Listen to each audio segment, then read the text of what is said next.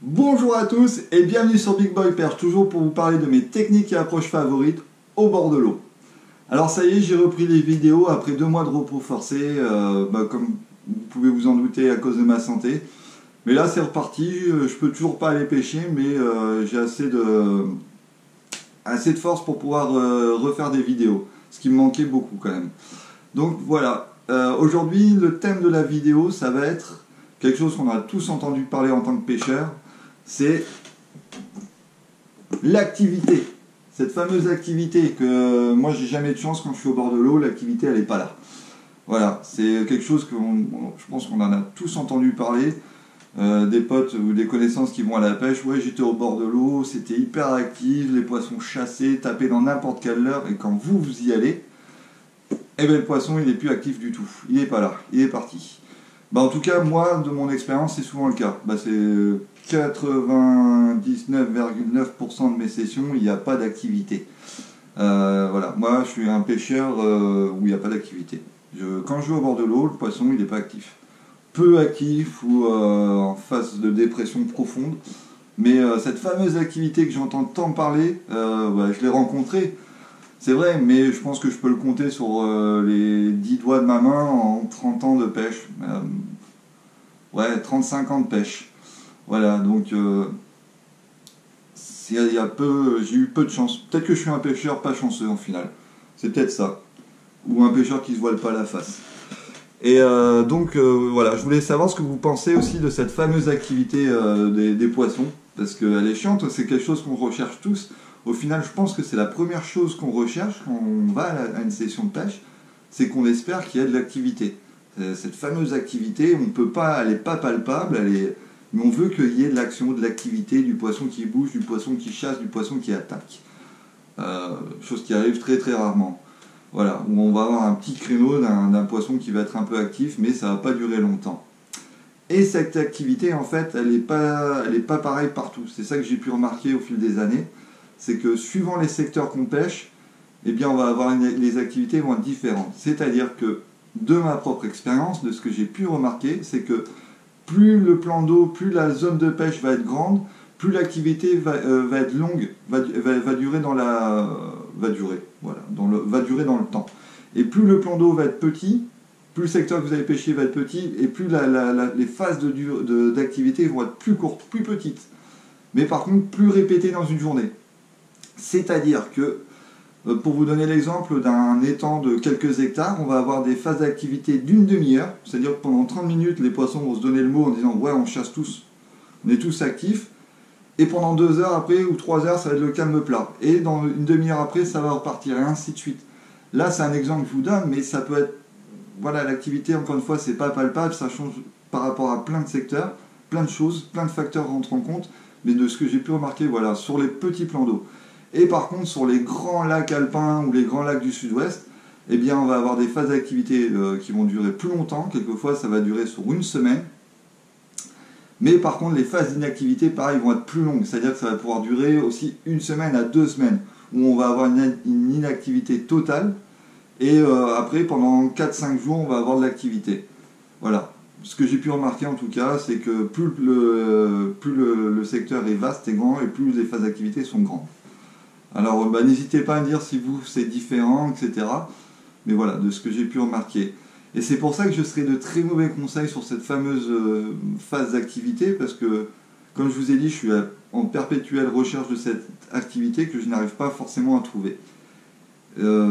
Pareil, on a tous entendu dire que si tu vas tôt le matin ou tard le soir à la pêche, tu as plus de chances de tomber sur des poissons actifs. Bah moi, ça marche pas. Bah très souvent, ça marche pas. C'est-à-dire que combien de fois je me suis levé pour être au bord de l'eau au lever du jour et avoir la phase d'activité à 11 h le matin avant que je rentre. Voilà, alors que le matin, que dalle. Tout dépend, il y a tellement de choses qui rentrent en compte, parce qu'au final, pour trouver cette activité, il faut se connaître le temps, les phases lunaires, la météo, les pressions atmosphériques. Il y a tellement de facteurs qui rentrent en compte. Et au début, quand je pêchais, je faisais des relevés des différents facteurs, température de l'eau, pression atmosphérique, les phases lunaires, etc. Et j'ai jamais trouvé en fait un fil conducteur. C'est-à-dire que j'ai eu tout et son contraire.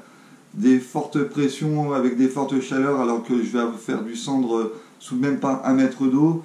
Et voilà, donc j'ai arrêté de noter ça parce que pareil sur les phases lunaires, etc., j'ai pas eu de résultats probants. Donc voilà, en fait, je me rends compte que cette vidéo, je la fais, mais je ne serai pas de très bons conseils. À la limite, peut-être je vais vous rassurer en vous disant que j'arrive pas à trouver cette fameuse phase d'activité, mais c'est déconcertant. Et pour ceux qui ont des chats, moi j'ai trouvé une grosse similitude en tout cas avec l'activité des poissons et les chats. Parce que voilà, on va avoir des chats qui vont être énervés pendant un quart d'heure où ils vont péter des plombs. Et après, ça va être pendant 2 heures le calme plat. Ça va être, voilà, ils vont plus bouger du tout. On va pouvoir les embêter, que dalle. Je vais vous montrer avec mes 2 chats en tout cas. Voici une canne à pêche, voilà. Et voici le chacha qui était énervé il n'y a même pas une demi-heure. Voilà. Donc la canne à pêche, le leurre. Et le chat qui était hyper énervé il n'y a même pas une demi-heure. Et bien là, maintenant qu'il est rentré en phase d'inactivité totale, on peut y aller. Voilà, on n'aura plus aucune action d'agressivité, etc., etc. Hein, Indy? Voilà. Et pour ceux comme moi qui ont plusieurs chats, et ben c'est comme pour les poissons dans un même plan d'eau, ils seront tous inactifs à la même période. Voilà. Donc, chacha inactif. On pourra essayer différentes animations. Ça marche pas. Et on peut aller voir l'autre chat. Tu montres ton inactivité? Voilà. Chacha inactif. Et on peut présenter le leurre de pêche. Hop. Voilà. On essaye de pêcher.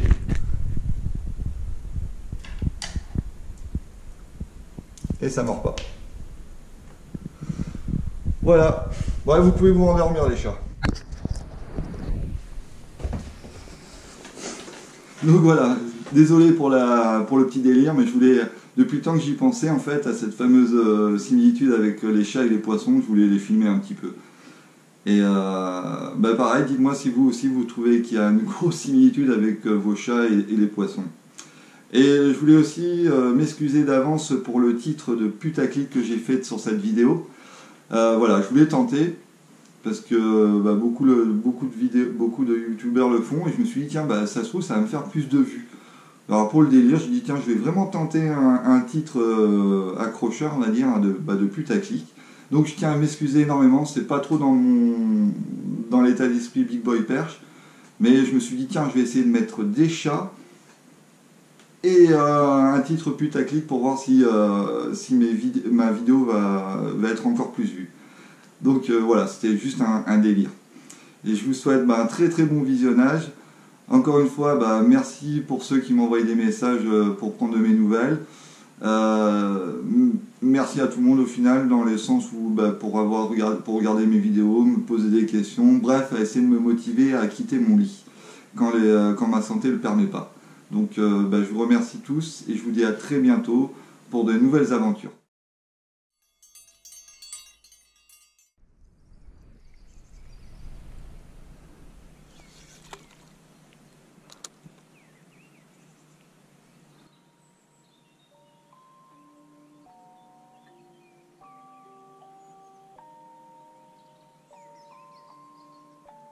Rage on that beat, going crazy.